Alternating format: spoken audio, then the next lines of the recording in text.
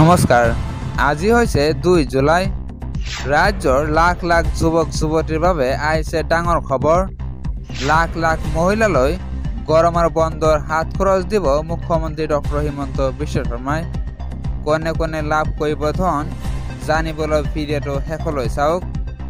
আজিৰে পৰা আহি গ'ল নতুন নিয়ম। 15 বছৰ পুৰণি বাহনে নাপাব পেট্ৰল। দিল্লীত লাগিছে হাহাকাৰ। 10 অক্টোবৰত 40ৰ পৰা 50,000 যুৱক যুৱতীয়ে লাভ কৰিব নিযুক্তি। নৱেম্বৰত পুনৰ ওলাব এডিআৰিৰ বিজ্ঞাপন। ৰাজ্যৰ লাখ লাখ যুৱক যুৱতীৰ বাবে আহিছে ডাঙৰ খবৰ। পুনৰ ৰাজ্যত ওলাব তৃতীয় আৰু চতুৰ্থ বৰ্গৰ চাকৰি। 10 অক্টোবৰত দিয়া হ'ব নিযুক্তি। 40ৰ পৰা 50,000 যুৱক যুৱতীক দিয়া হ'ব এই নিযুক্তি। এই নিযুক্তি সম্পন্ন হোৱাৰ পিছতেই পুনৰ ওলাব বিজ্ঞাপন। অহা বছৰৰ নৱেম্বৰ ডিচেম্বৰৰ ভিতৰত ওলাব এডিআৰিৰ পদ। এডিআৰিৰ পৰীক্ষাৰ বাবে সাজু হওক লাখ লাখ যুৱক যুৱতী। আজিৰ পৰৱৰ্তী খবৰটো হৈছে অত্যন্ত গুৰুত্বপূৰ্ণ খবৰ। ভোটগ্ৰহণ কেন্দ্ৰলৈ নোযোৱাকৈ ভোটদান কৰাৰ দিন সমাগত হৈছে।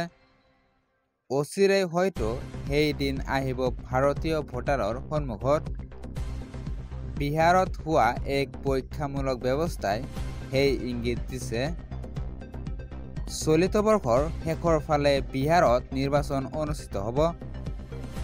তাৰ পূৰ্বে বিহাৰে ৰচনা কৰিছে এক ইতিহাস। নিৰ্বাচনৰ পূৰ্বে নিৰ্বাচন আয়োগে এটা মোবাইল এপ প্ৰৱৰ্তন কৰিছে। এই এপৰ জৰিয়তে বুথ লৈ নোযোৱাকৈয়ে ঘৰৰ পৰাই ভোটদান কৰিব পাৰিব। এই ক্ষেত্ৰত দেশৰ প্ৰথমখন ৰাজ্য হিচাপে চিহ্নিত হৈছে বিহাৰ। আজিৰ পৰৱৰ্তী খবৰটো হৈছে অত্যন্ত গুৰুত্বপূৰ্ণ খবৰ। হাতত আছে মাত্ৰ কেইটামান দিন। লাখ লাখ মহিলালৈ গৰমৰ বন্ধৰ হাত খৰচ দিব চৰকাৰে। চৰকাৰে প্ৰতিগৰাকী মহিলাক প্ৰদান কৰিব এই ধনৰাশি। 10 জুলাই তাৰিখে বেংক একাউণ্টত সোমাব ধন। অৰুণোদয় হিতাধিকাৰীৰ একাউণ্টত সোমাব 1250 টকা।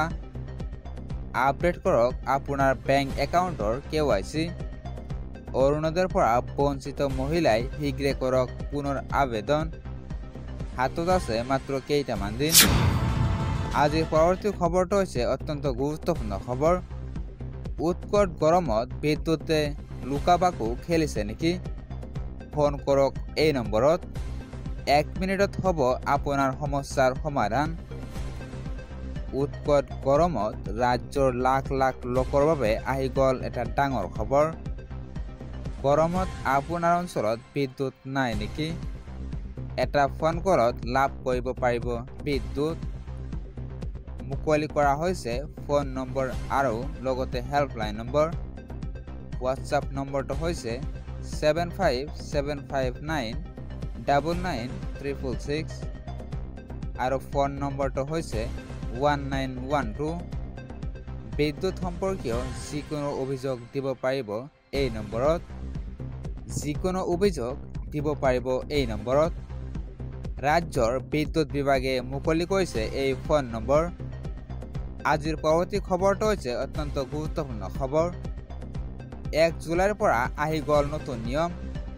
15 বছৰ পুৰণি বাহনত লাভ নকৰে পেট্ৰল। 10 বছৰ পুৰণি বাহনৰ ক্ষেত্ৰত লাভ নকৰে ডিজেল। দিল্লীত 1 জুলাইৰ পৰা প্ৰযোজ্য হৈছে এই নিয়ম। দিল্লী আৰক্ষীয়ে নিয়োগ কৰিছে পেট্ৰল পাম্পত বিষয়াবিলাকক। দিল্লীত প্ৰৱেশ কৰা আন ৰাজ্যৰ পুৰণি বাহনেও নাপাব পেট্ৰল আৰু ডিজেল। প্ৰদূষণ নিয়ন্ত্ৰণৰ বাবে এই সিদ্ধান্ত দিল্লী চৰকাৰৰ। 1 জুলাইৰ পৰা আহি গ'ল এই নতুন নিয়ম। আজিৰ পৰৱৰ্তী খবৰটো হৈছে অত্যন্ত গুৰুত্বপূৰ্ণ খবৰ। বতৰে ল'ব পাৰে কাল ৰূপ। অনাগত 5 দিনলৈ ৰাজ্যত হ'ব ধাৰাসাৰ ধুমুহা বৰষুণ। বতৰ বিজ্ঞান বিভাগৰ এই সতৰ্কবাণী জাৰি। ৰাজ্যত বতৰে ল'ব পাৰে কাল ৰূপ। ৰাজ্যত ধাৰাসাৰ বৰষুণৰ আগজাননী বতৰ বিজ্ঞান বিভাগৰ। ৰাজ্যত অনাগত 5ৰ পৰা 6 দিনলৈ ধাৰাসাৰ বৰষুণৰ সম্ভাৱনা জাৰি কৰিছে বতৰ বিজ্ঞান বিভাগে। বতৰ বিজ্ঞান বিভাগৰ আগজাননী অনুসৰি আন কেইবাখনো ৰাজ্যতো নেৰানেপেৰা বৰষুণৰ সম্ভাৱনা আছে। উত্তৰ প্ৰদেশ, উত্তৰাখণ্ড, বিহাৰ, ছত্তীশগড়, মধ্যপ্ৰদেশ, হাৰিয়ানা, পঞ্জাৱ আৰু দিল্লীতো বৰষুণ হোৱাৰ সম্ভাৱনা আছে। অৰুণাচল প্ৰদেশ, ৰাজস্থান, নাগালেণ্ড, মণিপুৰ, মিজোৰাম আৰু ত্ৰিপুৰাতো বৰষুণৰ সম্ভাৱনা আছে।